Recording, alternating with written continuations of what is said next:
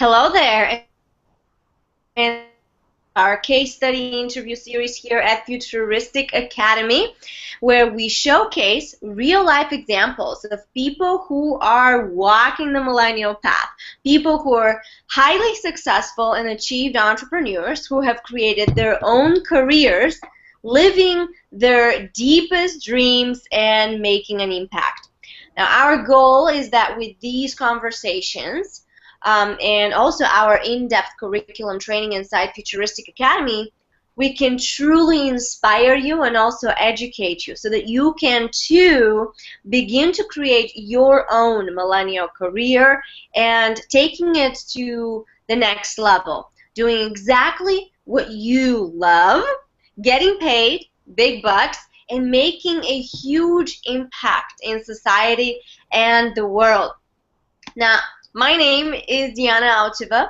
I'm one of three co-founders of the Academy, along with my amazing partners, Jonathan Butt and Norbert Orlowitz. And in this video segment, in this interview, I have the privilege to be talking to an amazing woman. Her name is Christina Dunbar, and Christina is a poet. She's an artistpreneur and soul voice facilitator. I'm really curious to find out what that means and share that with you. She guides women, change makers, to explore and activate the soul of their voice and experience raw self-expression as a way of being. This is mystical, sacred, deep exploration and creativity that culminates with, a live performance where, her participants share their soul story on stage. Now, Christina keeps her own creative voice active by freaking her truth through poetic performances and is currently preparing for her one-woman show. So I'm so curious. I am so excited to find out a lot about what I just shared about Christina with you. Hi, Christina. Hi, It's so great beautiful. having you. How are you doing, beautiful? I am amazing. I'm so excited to be here with you and your beautiful academy and excited to share and freak my truth on this interview. No, though, this is just my Bulgarian in me asking, the foreigner in me asking, because I've never heard this word used in that way. So, can you tell me what that means? Freak my truth. Yeah, I came up with that. I came with freaking your truth because I wanted a phrase that really expressed getting down and dirty with your weird and wild truth, whatever that was.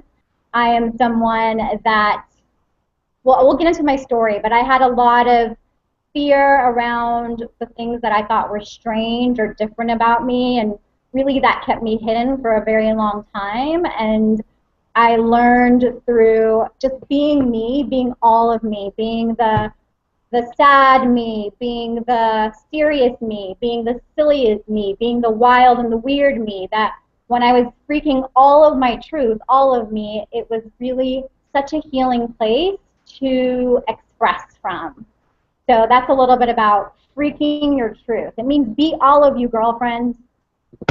Awesome. Cool. I'll start using that. I'll start using it. I'm freaking my truth. Yay! Yay! So I have a really huge question for you here. I love starting, almost every episode with this because I believe that everyone has a very unique story, and yet also we all have a very similar story. Especially for those of us who have chosen to follow, our own unique path.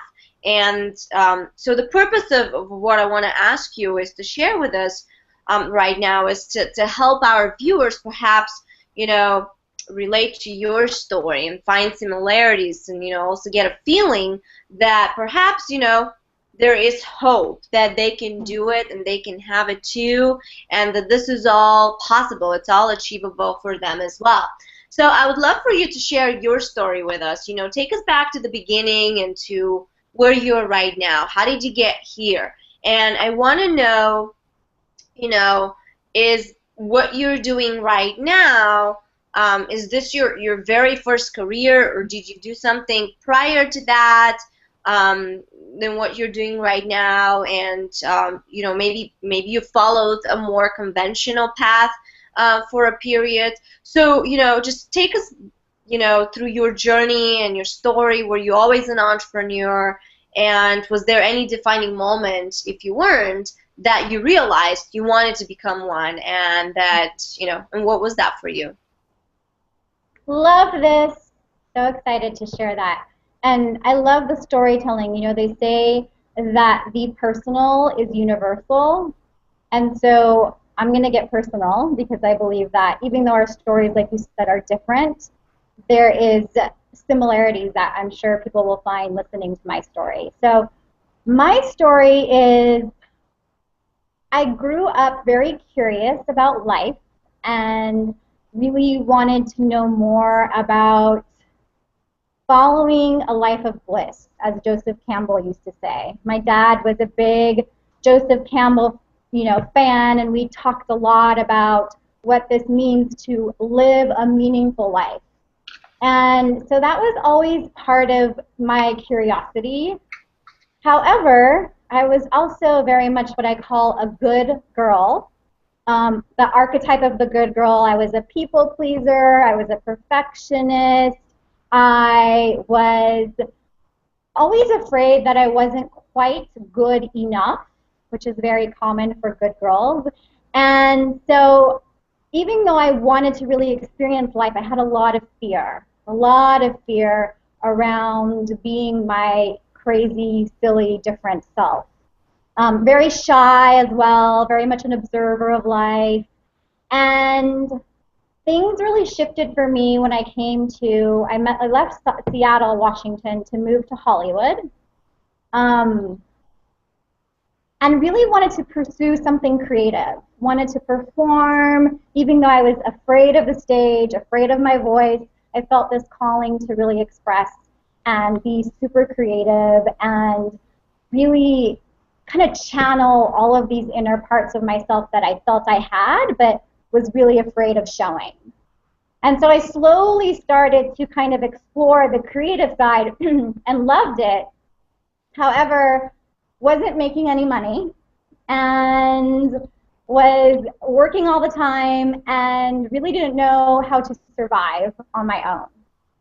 And so this kind of opened the door to a whole new path that isn't very conventional for a good girl, but I started dancing burlesque and really tuning into my body and loving my body and really shaking my body. Wasn't making enough money there. Burlesque turned into stripping, and I became an exotic dancer and really started to learn more about my sexuality, about my boundaries, about how I also had a badass inside of me, not just the good girl. I had a very sexy sexual part. However, I was still very much trapped in fear. Even though I was dancing and making money and definitely living this unconventional life, I still had a lot of fear, a lot of shame, a lot of doubt. This world doesn't smile upon dancers, especially the exotic kind of dancer. So I had a lot of shame around that, and played it safe. Really played it safe. And I'll tell you one defining moment for me that really shifted everything was when my soulmate, my father, who was definitely my best friend and was constantly guiding me to be more expressed, to follow my bliss, to create more meaning and purpose, he actually passed away. And I had this lightning bulb moment where I realized how short life really is. And decided that I was going to... Yes. Can you hear me? Yes, I lost you there for a second. You started talking about the light bulb moment, and if you can just repeat from there, because you kind of cut out completely. Yeah, so my father, after he passed away, I saw that life was very short. And for me, that was very much a light bulb moment of like, fuck fear. Everything I'm afraid to do, I'm going to go do it. I'm going to use my voice. And that was when I began to really become interested in being an entrepreneur and doing things my way and really honing. I knew if I was going to be an entrepreneur, if I was going to be visible, I really needed to hone my leadership skills. And one of the first things I attacked was this fear of visibility and really being seen. And so I can share more about that, but that really began this whole healing journey around honoring my voice, honoring my feminine sexuality, honoring that I had the right to take up space on this planet and be seen and heard as all of me. Wow, that's quite the story.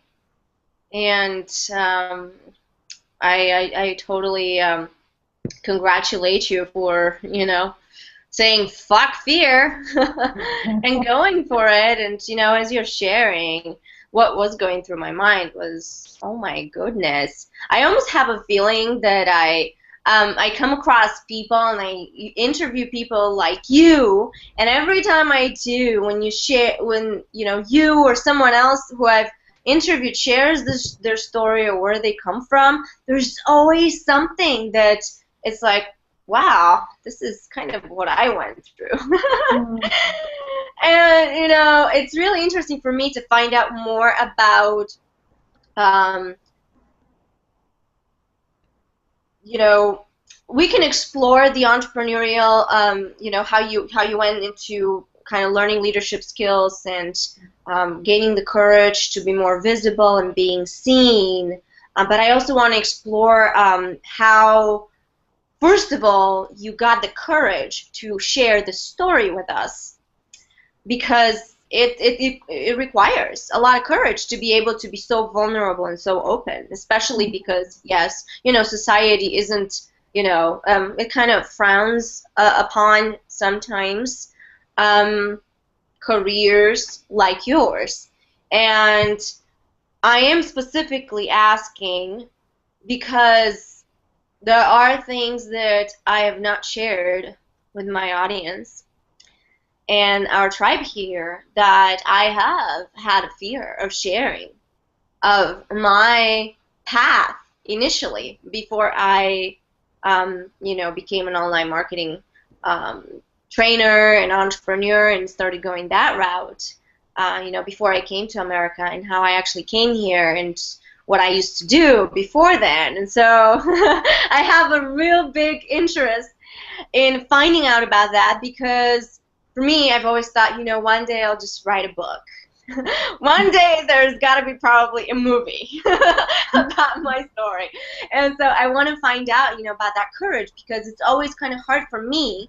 It's like, okay, what part of my story can I really share? And, what part can I share and feel like I will totally not, I will not be judged and attacked, and what's considered dirty laundry and what's considered, you're actually allowing for your soul to sing and for your truth to be expressed out, and for it to not constantly be just stuffed in and damaging you as a being.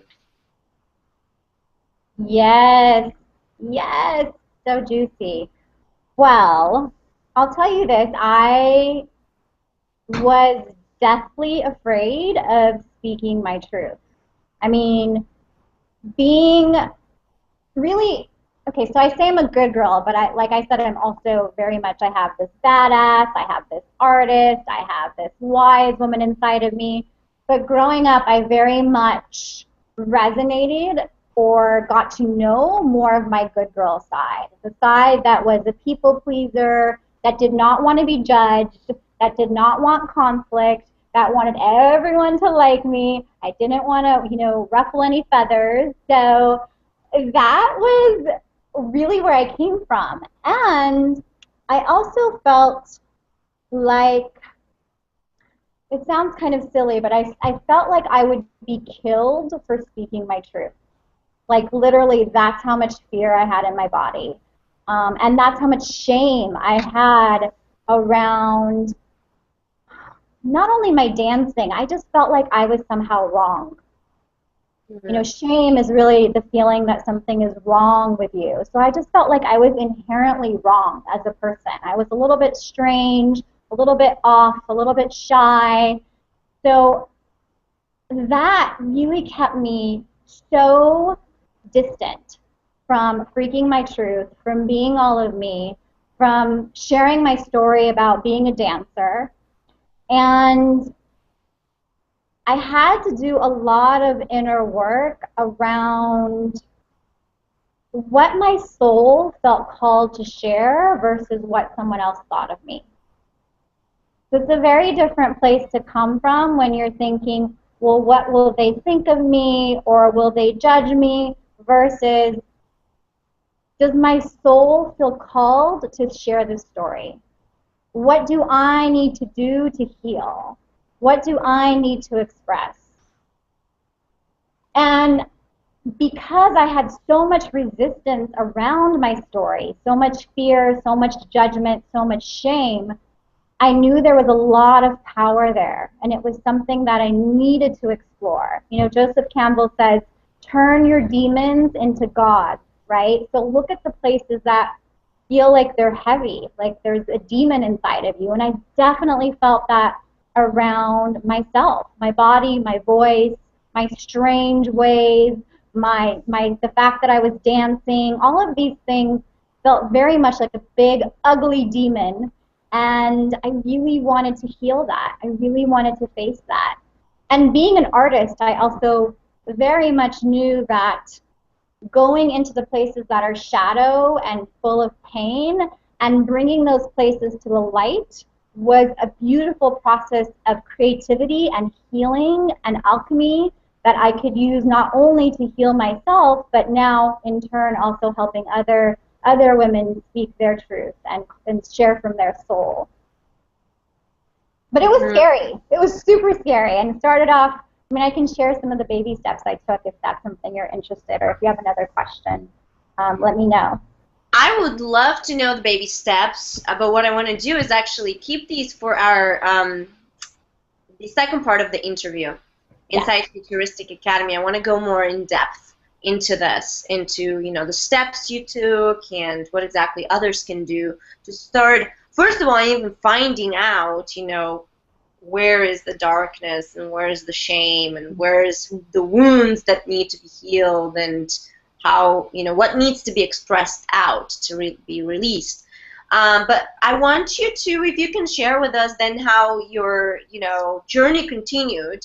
You decided that you wanted to be an entrepreneur and you needed to develop your leadership skills, and just share with us what was your journey, what you did, and where you're right now in your entrepreneurial journey. Yes. Well, one thing I learned was, when I said fuck the fear, I really meant it. And so what happened was I started to do and try a lot of things. And because of that, I've had a very interesting entrepreneurial journey that involves many different creations. I wasn't sitting around waiting for the perfect business or the perfect message or the perfect mission. I really just wanted to start birthing the ideas that were inside of me. Because I knew something that had held me back for so long was this fear and really staying stuck and stagnant and not doing anything. And so when I said fuck the fear, I was like, I'm gonna do everything and anything I can. I'm gonna face all my fears. And so I started off, one of the things I really wanted was to heal shame and to create sisterhood. So I just began leading, first of all, goddess circles with women. That was the first thing I started doing, these little workshops. The first one, no one showed up. I remember sitting in the room.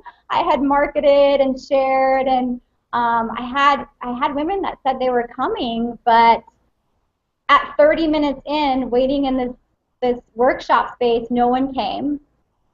So I again was like, okay, well, fuck the fear. This is fine. I'm just going to keep on going. So literally just created another workshop afterwards, and it snowballed. I got in contact with another woman who did something called the Goddess Collective in San Francisco, which was all about women entrepreneurs also owning their feminine. And so she wanted to have me lead a chapter here in LA, and that snowballed into a very successful gathering. Um, and I led that for about 2 years and then passed it on to another woman. I also started a company called Bye Bye Good Girl, which was all about saying goodbye to the inner good girl and that place inside of you that keeps you small, that keeps you stuck in perfectionism and people pleasing, always feeling like you're not good enough. And that really snowballed into taking women on retreats to Cancun, and doing all of this deep work around the archetype of the good girl and also bringing out the badass and the visionary woman inside. Then I realized that I was missing a very important piece in my journey, which was my inner artist, and was doing a lot of this marketing and sharing and personal growth work, but really missed my soul voice, my artistry, my performer. And parted ways with my amazing business partner in Bye Bye Good Girl, who's also became really a soul sister and a best friend. And we said goodbye to that business, decided it was really for the highest good for us to do our own thing. And so that, that kind of emerged into this very creative, artistic offering that I now have for women that is fully aligned, bringing in all of the parts of myself that I love, not leaving any parts out. And so because of that, I just feel fulfilled on so many different levels. And so it's been a very windy journey, but it's one that I appreciate because every business, every creation taught me so much about myself. So kind of crazy cool journey there with a lot happening. Yes, yes. Thank you so much for sharing. And wow, you just, really went for it, especially I know a lot of us, when we get defeated once, it's kind of hard to get up and go again. Especially if somebody just, if you're just sitting in this empty room in the many of us can take it as, well, I guess, it's not meant to be. This message is not supposed to be received. It didn't work. Let me go back and, do my own thing. But you went for it, and that's pretty awesome. And that's what we, share with our students here in Futuristic Academy. Right now, in our curriculum, we have a 6-phase curriculum right now. We're in phase 2 and 3, where we're actually helping people package their passion, create their first offer that they can share with their audience and attract them and sell that. And oftentimes, you put something together, the first round maybe, a complete disaster because you got to test. You got to do the market test and you got to see how it's being received. And, sometimes if you're not very well, if you're not familiar, you don't know how to drive traffic and do the marketing, it's going to take some work to be able to bring people in and to actually, see how your offering is consumed. So you're a great example of someone who had defeating moments, and also went through, several different, phases of until you found what you're really all about and what you really want to do. And I do want to find out, if where you're right now, if you see yourself being here for a while, and that this is really your true calling, or if this is just a part of the journey. And also if you can share exactly what your business looks like right now. What do you help people with, women with specifically, and what does the work involve? Yeah, well, I want to share first that after Bye Bye Good Girl was completed and we parted ways, I felt very burnt out in my business, and I was putting in a lot of effort and wasn't giving myself the space to tune in to my artist. You know, your artist, your creative genius needs a lot of space, and I simply didn't have that. So I actually took 6 months off where I wasn't launching anything and really just was being with myself and taking a lot of nature walks, writing poetry, which I had never really written before, but was finding all of this creativity that I had locked up in the course of being an entrepreneur. Because sometimes I think you can swing. What happened to me, at least, was I started off the gate running and needed to really go all out, but swung to the other side of the pendulum where I was constantly going and busy, busy, busy, and just producing and very in that masculine space consistently, constantly. So I needed to create that quiet to really tune in, and it's allowed me now to be in a place of total integration where I feel like I have my entrepreneurial sense, my entrepreneurial brain, and I also have my artist, which is very much in flow, very creative, very connected to my soul, very much in the present moment. And so because of that, I do feel like I'm definitely following my calling. I feel like I'm in that space that just feels aligned on so many levels. And I'm also very open to what wants to come through me and how that might configure out in the universe with the help of the divine around me. And I don't have as much attachment to the outcome as I used to. And so that's kind of a long answer to the question, do I think things will shift? I don't know. I'm super open right now. I'm super committed to my artistry, and I'm also open to how that might look in the world. Right now, I have a program for women that I have been running for the past year that I love. And it's really for women that, it started off for women that had locked up their artist, their creative voice. And it's morphed into being a program for entrepreneurs, artists, corporate women, authors, anyone that wants to find what I call the soul of their voice. And that's the place inside of you that is not interested in the outcome, not interested in whether people will judge you, but is really committed to freaking your truth out loud, committed to what the soul is called to express and be out in the world.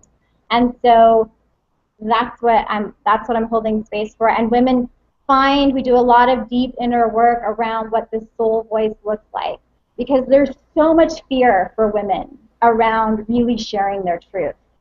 There's fear of shame, judgment, there's fear of it not being proper for your business or your mission. And I am not so interested in that. I am more interested in, what do you feel called to express? What's your essence? What's your soul blueprint? Because I believe that when you allow that soul blueprint to shine, you will find the right opportunities, you will connect with your right tribe and your community, but you cannot make it about that when you start. You've got to make it about your essence, your soul blueprint, your soul voice. So that's what we go through, and then a big part of the program is actually having women perform on stage, because that visibility piece is key. It was key for me to transform. I had to get up there, you know, shaky pinky. My pinky would shake. I was so scared to be seen. My toes would tremble, my eyelashes, my heart. I mean, I literally just felt like I was going to die. And a big part of my healing was like pushing myself out there to get visible. And so that's part of this offering as well, is that the women must get on stage with their soul voice to be witnessed, so the healing can truly begin for them. Wow. Yes. Yes. I love this, and I can't wait for us to actually dive deeper into how some of this is accomplished. Just one question that's coming up for me is, why do you feel that that has to be witnessed in order to heal. Can you heal on your own space, in your own space, and in your own, surroundings, and not have any witnesses and still heal? Or is there more power in, being witnessed, being seen? Yeah, I'm specifically talking about wounds around being visible, the Okay. fear of being visible, and the shame piece, being in shame, thinking that you are somehow wrong. Brene Brown, who is a shame researcher, talks about this catch-22 where we feel shame, so we don't share the thing that we are ashamed about. But when we share that thing in a safe and sacred circle at first, right? Like it's got to be safe at first. But when we share it, we realize that we're not so different. Another sister, another woman comes up to you and says, I can relate to that story. Thank you. Thank you for sharing. And so this catch-22 where like we want to hide and we don't want to share that thing, but if we allow ourselves to share, and I'm especially talking about that sisterhood space, if we can share those pieces with other women, the healing can begin because we can have a mirror with another woman, and she can mirror to us that you are not different, you are not wrong, you are not gross. Thank you for sharing your truth. And so, yeah, you have to be visible to heal those kinds of wounds. Awesome, awesome. Well, Christina, thank you so much for, being here with us. This is an amazing conversation, and I can't wait for us to dive deeper. What we're going to do right now, home, Christina and I will continue our conversation for at least another, 30, 40 minutes, where I really want to dive deep into a lot of the hows and, the how. Go much more in depth, really diving deeper in the power of the personal story and how that's, connected and related to your business, and how to bring your light forth, the soul of your voice, and how to heal the shame that you may have been carrying for years, if not decades, that are preventing you from living a truly fulfilled life. So, we're going to continue this conversation. If you want to join us, you can come into Futuristic Academy. The segment of the interview is going to be available in our private membership, Futuristic Academy, and all you have to do is just click on the link below this video. It's that easy. Just click on the link, and you can get a 30-day trial with our membership. Come see the interview. Check out what other training we have inside. Check out our in-depth curriculum that's all about helping you create a career based on what you love. So doing what you love, making money, and making an impact in the world. This is what we're all about. So I invite you to come and join us for this in-depth part of the interview. We're going to go really deep into discovering a lot of the hows. And yeah, just click on the link below. We'll see you there. All right, Christina. So now moving on here, and I kind of forgot what was the next thing I wanted to ask you. So let's just go back to the personal story. Why don't we do that? Let's go back to the personal story, and what are some steps or maybe some questions that someone needs to ask to start identifying things about them that need to be shared in order to heal and to identify, their story. And also with that, I actually really want to look into how is that beneficial to someone's brand new business, the career, that they're meant to create for themselves, their unique career. How is that beneficial? Can it help? Can it even help in their marketing messaging? So I think this is two separate questions, but I just want to, if we can just go in that direction as well. Yeah, I love this. Yes, yes, yes, yes. Well, so a few things come to mind. One is what we resist persists, and that the dark places are really, if we can look at them, there is so much power in those dark, shadowy places. And so for me in my story, I personally had a lot of dark energy. What I resisted was both my voice and my sexuality as a woman. But I have to share some kind of interesting facts there because a lot of women that are blocked in the voice are also blocked sexually. We have, if you look at a picture of a larynx, right? If you look at a picture of that larynx, it also looks like a vagina. Very similar, right? Similar tissues. And so for women, there's a lot of shame around both the voice and being a woman, being in her feminine. And so for me, that was a place I really had to dig into first. Like, why did I have so much shame around my body? Why did I have so much shame around my voice? For me, it actually physically manifested into ovarian pain. And I learned that this second chakra area, if you know about the chakras, these energetic centers in your body, the second chakra represents creativity. It represents relationships. It represents birthing your creative ideas. And it also, of course, represents sexuality. So all of those things I knew I had a lot of resistance towards, a lot of shame towards.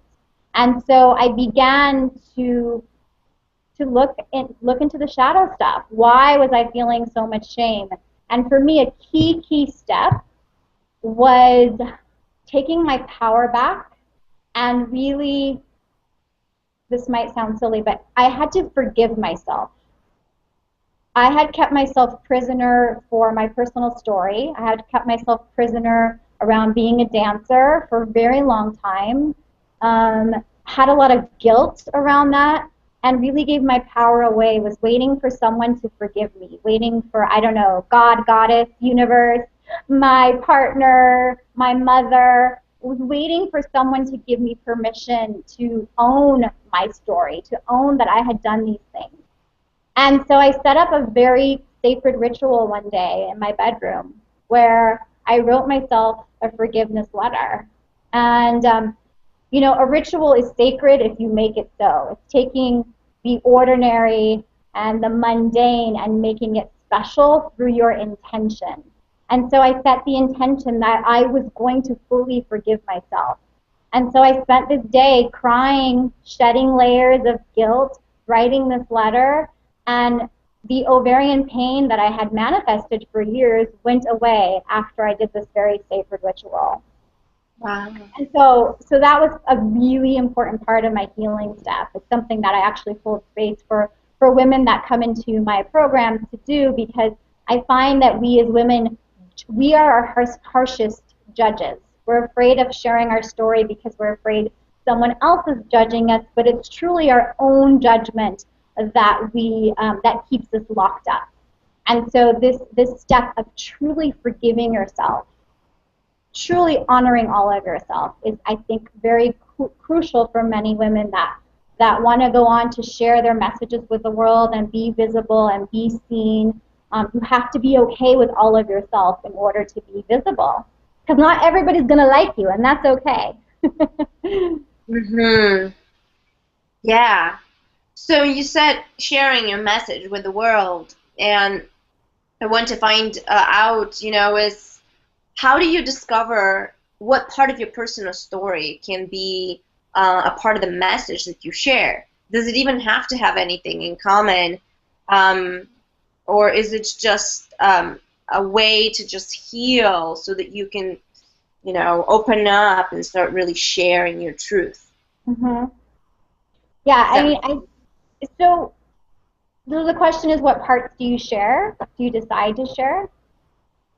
Yes. What parts do you decide to share, and is it well, it wouldn't be always, because we choose to go into businesses that have nothing to do with our personal story in many cases, but perhaps there is something there that's beneficial to be shared. Yeah, I always think the personal story needs to be shared because it is what makes you you. You know, people They don't buy your businesses, they buy you. People want to know you. And so the personal story makes you real. It makes you a human that has gone through things that is not perfect. And it creates a connection, a heart to heart connection with your audience, because when I share my story, parts that might be painful or very vulnerable, because I'm sharing from my heart, you could probably feel in your heart you also open up, you lean in a little bit more, you tune in. There's an instant heart to heart connection. And this word authenticity is being thrown around a lot these days, but I stand by that word. I stand by being fully you and sharing from your heart as a way to get your message and mission out. I think the parts that you share are personal, and I definitely think it depends on where you're at in your healing journey. I would not recommend something that you feel a lot of shame, just going and sharing that out with the normal public and perhaps being attacked. I've had some hate mail come my way before. I would suggest sharing it in a very sacred circle, maybe starting off with just sharing it with a best friend, for instance. And then maybe having more confidence from that sharing to go to another group of sacred sisters or women you trust and sharing there, and slowly allowing yourself to receive healing from sharing and from women that really love you and say, I see you, I get you, you are whole, you are complete, before you go out and share just out in the big wide world, especially if you haven't felt like that healing around the shameful place.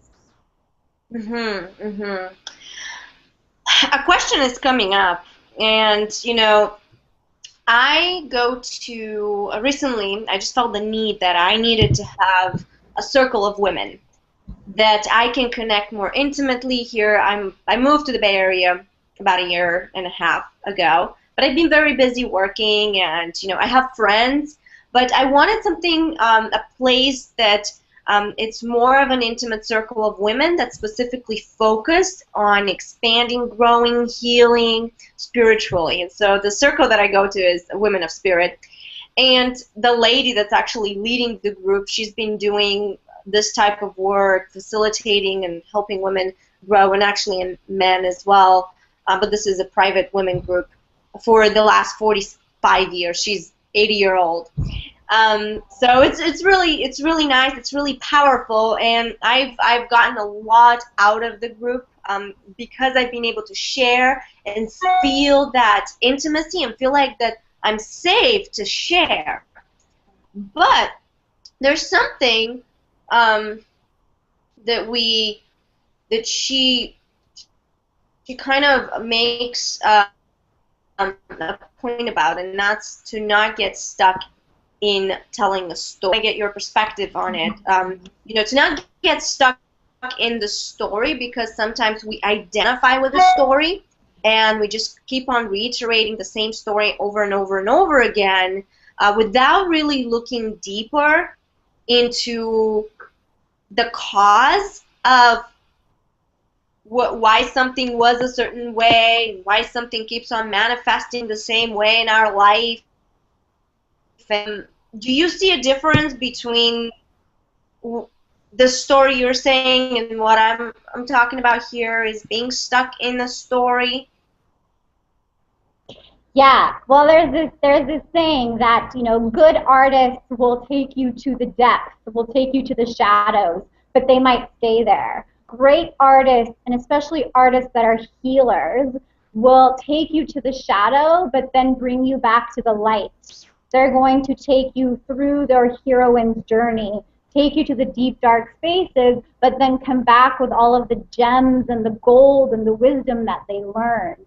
And so I think there's a big difference between staying stuck in the shadow part of your story and then sharing what wisdom that brought you, because that's really where you can go out and serve by sharing your story. Okay, thank you. Yes, that totally makes sense. Really not identifying with I am the story, but more here the lessons that I learned, and this experience has allowed me to be who I am today, and I can grow from that, right? Yes. Now, you mentioned the soul blueprint. So, can you explain a little bit about more about that, and how do you find your soul blueprint? Yes. Well, we're each born with a very unique configuration. And the soul blueprint is the part of you that I believe was born with certain quirks, characteristics, traits, ideas. Carolyn Mace talks about this thing of coming into the earth plane with a sacred contract, something that you feel called to fulfill. And when you're in resonance with that, your whole body is lit up. You're just alive. You're honoring all parts of yourself. You're feeling on purpose. You're feeling like you're in your passion. You're feeling creative and open. And this is what I'm very interested in, is helping people get away from the noise of what they should be doing and really trusting that blueprint that they came in with. And so ways that I like to kind of discover or explore the soul blueprint is, first of all, allowing people to come back to their artist. The artist inside of you is not judgmental. The artist inside of you is not about the outcome.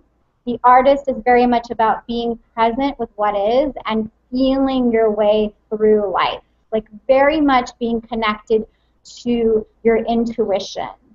And so when we can be really connected to our bodies, really be in the present moment, really go inward, we get signals, and they're like these little cool intuitive hits of when we're on the right path, when things feel right in our body, when things feel a little bit off in our body.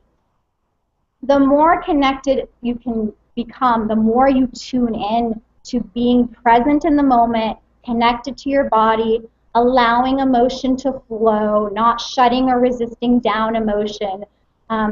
The more you can be in that space, the easier it is to hear where your soul wants to lead you. And so there's really simple things that you can do, if I may share some of those, which Yeah, when I took, absolutely. yeah. So there's one simple thing I love to do, which is just stopping anytime during the day where I'm feeling really frenzied or busied or just very much in my head. I stop and I just turn on my senses. So it's like, stop. What do I see in front of me? I see your beautiful face right now in front of me. What do I hear around me? I hear the sound of the air conditioner flowing through the home. What do I feel in my body? Feel a little tingly in my stomach right now because I'm speaking my truth. So it's like, what do I smell? What do I taste? What do I hear? What do I feel? Literally, this can take you 30 seconds to a minute, and it stops all the brain chatter, brings you back into the present moment, and allows you to connect to that soul whisper. So there's many little things I can share more that you can do throughout the day like this to get you out of that very frenzied place that is very much disconnected from your soul truth and bring you back into your body and really help you connect. Mm-hmm. So yeah, that's great. That's awesome because I was going to ask you, how do you go within? And so that's just one way to allow for you to be closer to really feeling yourself and not being so much in your head. How do you though know that you have tapped into your soul blueprint? And I'm very familiar with Carolyn Miss, and she's awesome. She's amazing, and I do believe in a lot of the theories and everything that she shares about our soul coming to this earth and this physical reality. And but how do you know that you have tapped into your soul blueprint, that you are doing what you're meant to be doing in this earth? Mm-hmm. It's all about how you feel. I mean, really, we have this beautiful compass system, this guide, which is, and especially for women, we have our body. Our body Like when my hair stands up on my arm, right? Like when I hear something that really resonates, that's how I will get chills. That's one way I know that I'm hearing something that I need to listen to or hearing something I resonate with. When I feel heavy in my gut, I know that something is off. I might not know exactly what it is, but something feels wrong. And so it's different for every woman. It's different how your body reacts. But they say we have the same kind of chemicals in our brain as we do in our gut. That's what a gut feeling tells you. Our gut feeling knows. Sometimes our brain comes in just a split second later and goes, oh, that's bullshit, or don't listen to, let me give you some reason or logic to listen to instead of listening to your gut. If you can go to that split second before your mind chimes in with reasons why you shouldn't do something or reasons why that might not be a good idea, if you listen first to your gut, your body, your heart, you'll get really cool indicators of when you're on the right path. So body signals.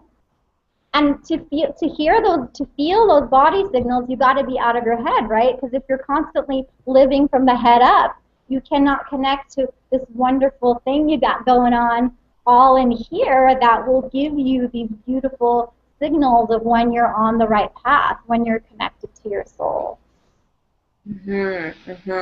Yes. Okay, so you can use that to when you're making big decisions, when you're deciding to go into a new business, Yeah. right? Or any life decisions, you can use that method to know whether you're really on the right track. And then just it also seems like it's just a moment to moment thing, seeing what feels good in the moment, and if it doesn't feel good, then you're changing your course and going in a different direction and with what feels good. Let's talk about you had started sharing earlier about once you went into the entrepreneurial journey, you decided that you needed to hone in your leadership skills, and you discovered that visibility and being seen, gaining that courage to be visible and being seen. So what are some steps for people to start going in that direction? A lot of what we're going to be teaching specifically here in some of the future phases in the academy is to use a lot of video as a way to express your marketing message and your message, your story, to connect with your audience. And so there's going to be a lot of that, gaining that courage to be seen in a big way by the entire world, right? Potentially millions and millions of people can see you through this method. So what are some steps to do that, to be okay with being seen? Yeah, well, I'm going to give you some just kind of logistical steps for the fear that comes up, because that is so big with women. And what I find is that we are taught as women to resist the feelings that make us feel uncomfortable. So fear, rage, even sometimes ecstasy, we're taught to resist all of these things. And when you resist something in your body, it actually creates more pressure. So let's say you're going up on stage, or you're going to be shooting a video, and you start to feel the fear, and you tell yourself, oh, no, I'm just going to be calm and peaceful. That fear is not really happening. You try to talk yourself out of it. Well, normally the fear, because you're actually resisting it, it starts to build up. It starts to become even more like a pressure cooker. And so it needs a way to release in your body. It needs a way to move. Emotion is just energy in motion. That's all emotion is. We put a label on fear like it's a bad thing, or that means you're not good enough, or that means you're not ready. That's all bullshit. It's just an emotion, which is energy in motion. And so with any kind of emotion, you really want to let it come up. You really want to feel it. So I really encourage my girls before they go on stage, or anyone that I'm mentoring before they go up, to allow the fear to come in. So a practical way to do that is to actually locate where you're feeling fear in your body. So let's say I'm about to go and have a big show or a big speech, and I'm feeling a lot of energy. So let's say for me it comes up a lot in my heart. Like it starts beating really, really quickly. So I go to that space. I locate my heart space and I actually breathe into it. And I imagine allowing my heart to just beat as fast as it wants to beat. Instead of telling it to calm down or to stop, or instead of, resisting it, actually tell it, go ahead, beat as fast as you want. Breathe into my heart, allow it to come up, and then use that energy that I'm feeling in my performance, in my speech. So if I'm feeling a lot of this, instead of trying to make myself calm, instead of trying to ignore it, I allow it to be and inform the way I speak to an audience. I let it come up. I play with it. So breathe into it, allow it to come up, and then actually use it, because it's just going to make your performance, your speech, your whatever, it's just going to make it that much more real, more authentic, because you're using what's really there. You're not masking the fear. You're not pretending to sit quietly while your heart is beating and trying to resist it. You're actually using it to make a very interesting, real, authentic, everything we've talked about in this interview, a live performance. Wow. Okay. This is awesome. This is the first time I got this answer, and I like it. I like that because you really, you're just tapping into what's going on. Who says that's wrong, right? Why should you mask it? Who says that you're not supposed to feel these emotions when you're really nervous and you're afraid to go on stage? But you can just use that to just speak your truth, to be as authentic as you are, right? You're really showing what's coming up for you, and you're using that. That's awesome. Love it. I love it. And also, just a little side note here, if we truly allow our emotion to flow, usually about after 90 seconds, because you're giving it permission to move, it actually moves in your body and you release it. So, so because you're allowing it to flow, it actually, the thing that you want to happen, it'll move, and it'll move right out of you. About in 90-second intervals or so, that happens. Okay. Awesome. Awesome. So, can you share with us, you get a group of women and you start working with them. What are what's the process like? What are the steps, that you take them through so that you prepare them through, to be ready to go on stage and share their truth, share their story, heal their shame, tap into their inner artist, all of that. How do you begin the whole process, and what are some exercises perhaps, or questions or steps that you lead them through to be ready to express their truth? Mm-hmm. Yeah, there's a few tools I love to use. So one is something we talked about. It's really important to be in this entrepreneurial journey, artistic journey, to be very tuned in. And there's so much noise right now, so much busyness going on, that you have to create sacred space for yourself. Whether that's a 15-minute walk, whether it's waking up a half an hour early to meditate, whether it's taking that dance class. Dance is a form of meditation because you're letting your energy move, you're getting out of your head. Whatever you need to tune in. So that's the first thing, is we set up the sacred container for you to connect and actually hear your soul voice. And what does that actually look like in your schedule? It sounds kind of silly, but I have to schedule in play. I have to schedule in, because the artist loves play, right? Like, you can get a lot of messages through play. So I schedule in play dates. I schedule in dance. I schedule in my girlfriend dates. Play, quiet. I schedule in my meditations. I schedule in time to write. The Artist's Way, which is an amazing book, has this beautiful exercise where you wake up every morning and you just write 3 pages nonstop, stream of consciousness, without judging yourself, without stopping yourself. And this is a tool I love to use. It's something we use in our program, because so many times when we write, so many times when we create copy for our marketing or create a speech or think about our message, we get into that inner critic that lives in the head. If you can write without letting that inner critic come up, and sometimes it takes 3 pages of like, this is bullshit, I don't like this sucks, and get past that resistance that we feel.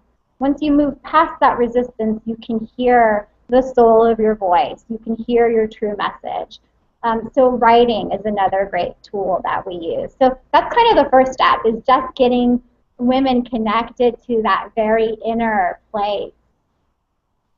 I love that. And then we do a lot. From there, you can do a lot. Yeah, I love that. I think I'm going to start incorporating this because I used to journal a ton, but I haven't done it in a while.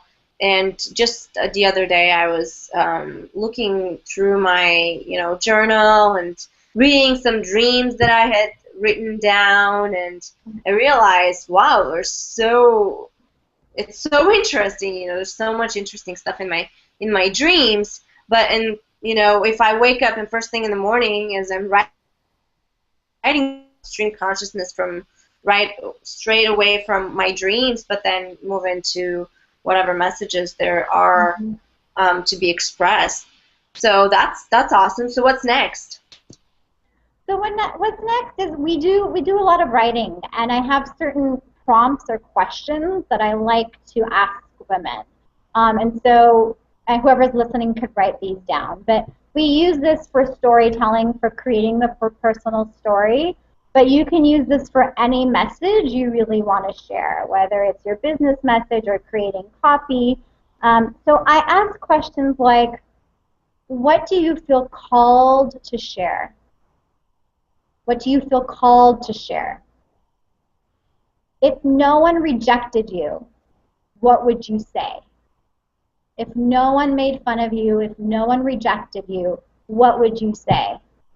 Many times we keep the things we really want to say separate. We ignore them because we're afraid that we'll either be judged or made fun of or be rejected somehow or be a failure, right? Like those are all things like, I don't want someone to tell me I suck. I don't want someone to tell me my message sucks. So if you take that out of the equation and write from, what do you feel called to say? What is your soul desire to share?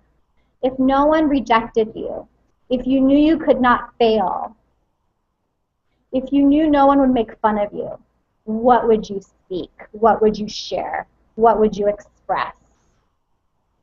And so getting to that space, and sometimes, again, it does take just writing through the resistance, because your mind will start to say, but I don't want that to happen, and da-da-da-da, and we'll go into the inner critic, we'll go into perfectionism, we'll go into wanting to please the audience versus coming back to this place. But always ask the question, well, what do you really want to say? What do you really want to say?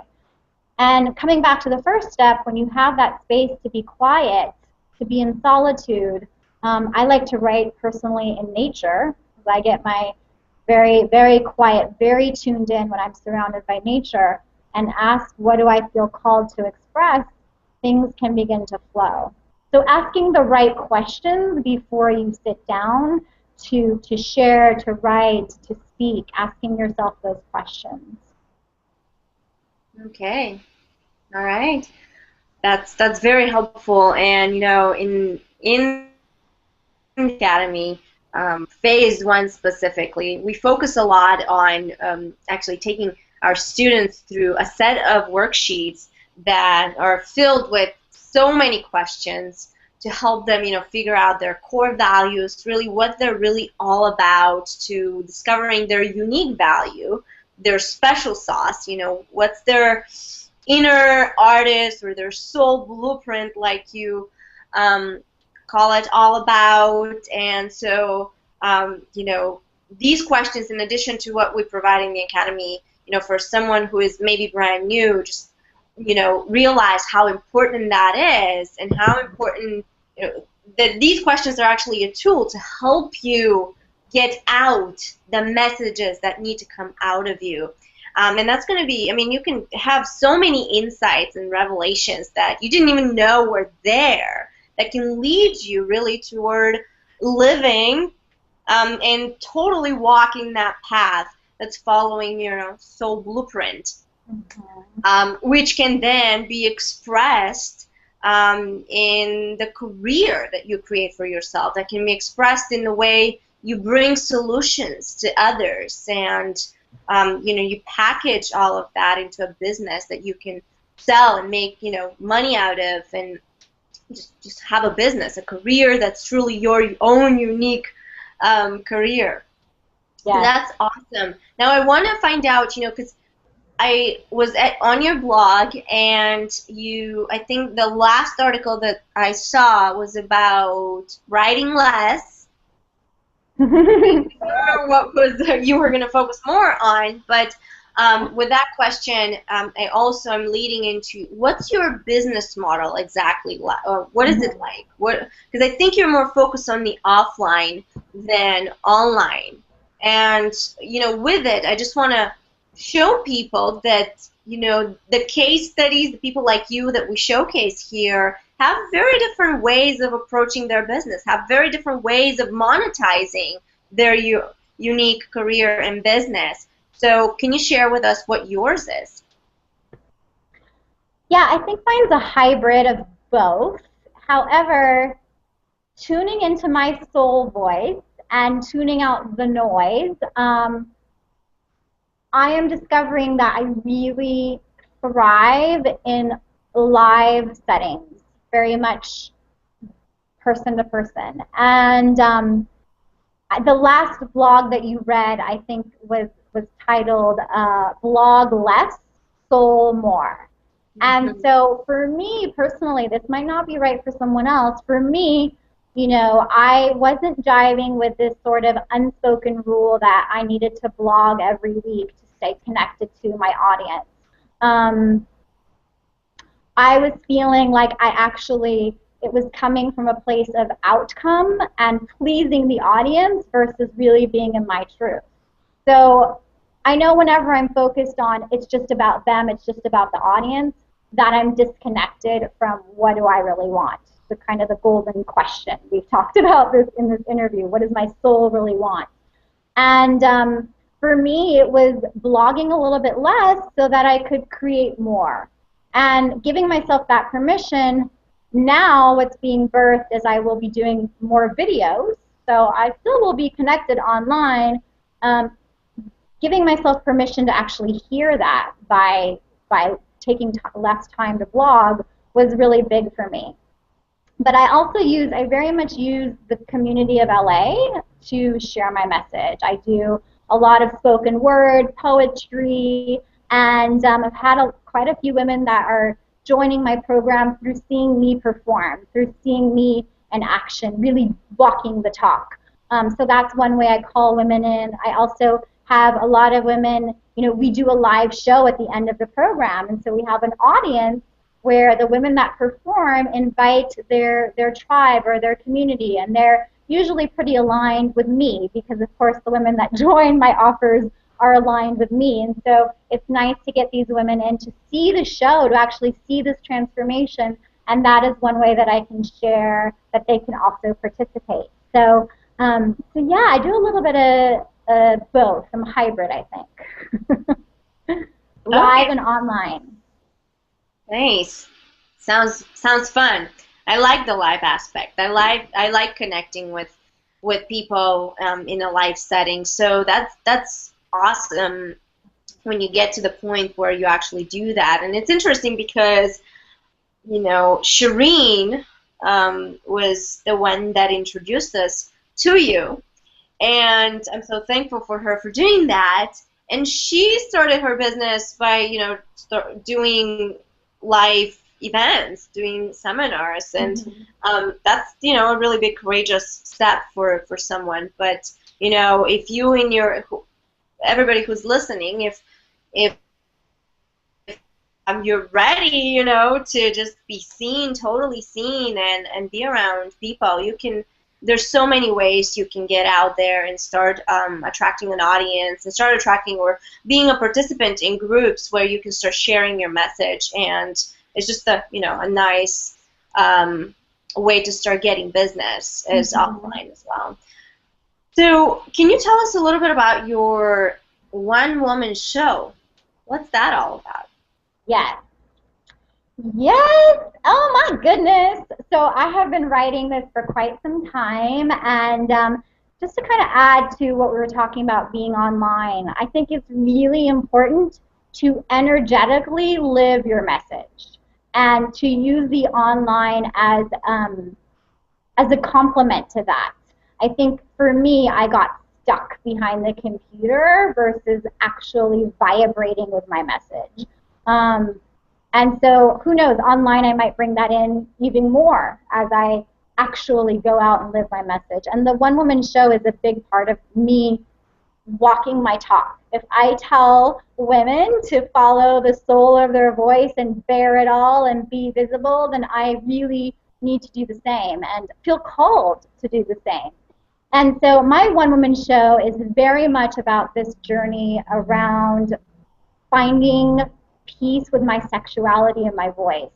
And it really takes women into the stripping world where I learned so much about boundaries, around the dark and the light inside of me, around what it means to be a whole woman and to honor all parts of myself. To honor what I call the sacred prostitute, which Carolyn Mays talks about, that we all have the archetype of the prostitute.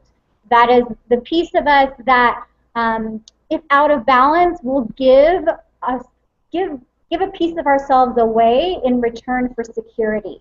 Whether that's being in a job you just cannot stand, or staying in a relationship that you just cannot stand for some kind of security, or sexually exchanging energy, right? But there's this prostitute that, if you're aligned with her, becomes a sacred prostitute where she can be sexual, be in all her power, but not do it in exchange for approval or security. Just do it from a place of truly honoring all of herself. So the one woman show is very much about these different archetypes: the good girl, the sacred prostitute, the badass, the artist, and what I learned in that journey. And it's very vulnerable. It's bearing it all. It's talking about my father's death as well, and what I learned from him, and kind of sharing about my Russian Jewish background and how much pressure I had from my mom to be a certain way, and so bearing it all on stage in service to my soul voice. Beautiful. I want to see that live. I want to be there. Yes, I will invite you for sure. I would love to have you. Awesome. Now, Christina, as you know, I'm interviewing entrepreneurs who have built successful, passion-based companies and businesses, who are also making a huge impact in the world, in society, in people. And I want to find out from you, which entrepreneur do you know and admire enough to recommend that I interview? Yes, so many. Do I just give you one? We can start with one. If you have more, Shireen shared 3 different people, and here you are, the first one. I'm already interviewing you, which is awesome. And I'd love to, if you would be so kind, to also make an introduction after our interview. Yes, awesome. Do you want me to share the names now, or just all of it after? If you feel compelled to share, someone, that would be great. Okay, so my girl Lisa Stedman is amazing. She is she has a Woohoo radio network where she actually helps women amplify their voices through radio. Is a branding genius, also a writer, and is pitching different writing projects in LA, and is very much an entrepreneur and an artist mixed in one, and ballsy and just badass, and someone I highly recommend. Awesome. Wonderful. I can't wait to connect with her. Yes. Yes, you'll love her. Yeah. Absolutely. So, what are some last words, or what do you feel like we should, you want to share with the audience before we go, to just, complete the message here of this interview and to perhaps encourage people? Well, something that just came to me as you were speaking was your voice matters. Your voice matters. I know for me, I was stuck for a very long time thinking I was somehow wrong or different or that I didn't matter and that it would just be easier to be quiet. And, um, I was letting my life slip by. I was really living that quote, living a life of quiet desperation where I felt like I had so much inside of me but wasn't sure that that it mattered or was going to be received. And so I think just the biggest thing that I can share is that each and every voice matters. Each and every story is so unique and brilliant and has purpose. And that you have the right to take up space on this planet and be seen and heard. Beautiful, beautiful. It's this is really beautiful to me. I feel so encouraged, because I believe in this message. I don't know that I necessarily, always act, out of that belief. And because of this conversation with you, I feel that I will be sharing a lot more of my story and a lot more of the voice I feel inside that's being dusted. Watch out for that, guys. Christina, you're such a beautiful woman. You're so fun. You're so fun to talk to, and I just had a blast, having this conversation with you. And thank you so much for this opportunity to introduce you to our fantastic tribe here in Futuristic Academy. I am absolutely convinced that there's a lot of people who are watching who are totally resonating with your energy and your message, whether that's women or men, because I feel like we all, have a need to express. You're specifically focused on women, but I feel like men can benefit from this message too. So where can people find you? Where can they connect with you further and, engage with you? Mm-hmm. So I'm big actually on Facebook. I do a lot of social media, so you can check out Christina Dunbar on Facebook, or definitely my website if you're interested in more self-expression tips. You can go to ChristinaDunbar.com. Awesome. So we'll add a link under this video, guys. You can just click on it and go check out Christina, connect with her on Facebook, and also visit her blog. And this has been totally fun. I loved every second of it, and I can't wait to see you in the next video. So we'll see you soon. Have a nice day, everyone. Thank you. Bye. Bye.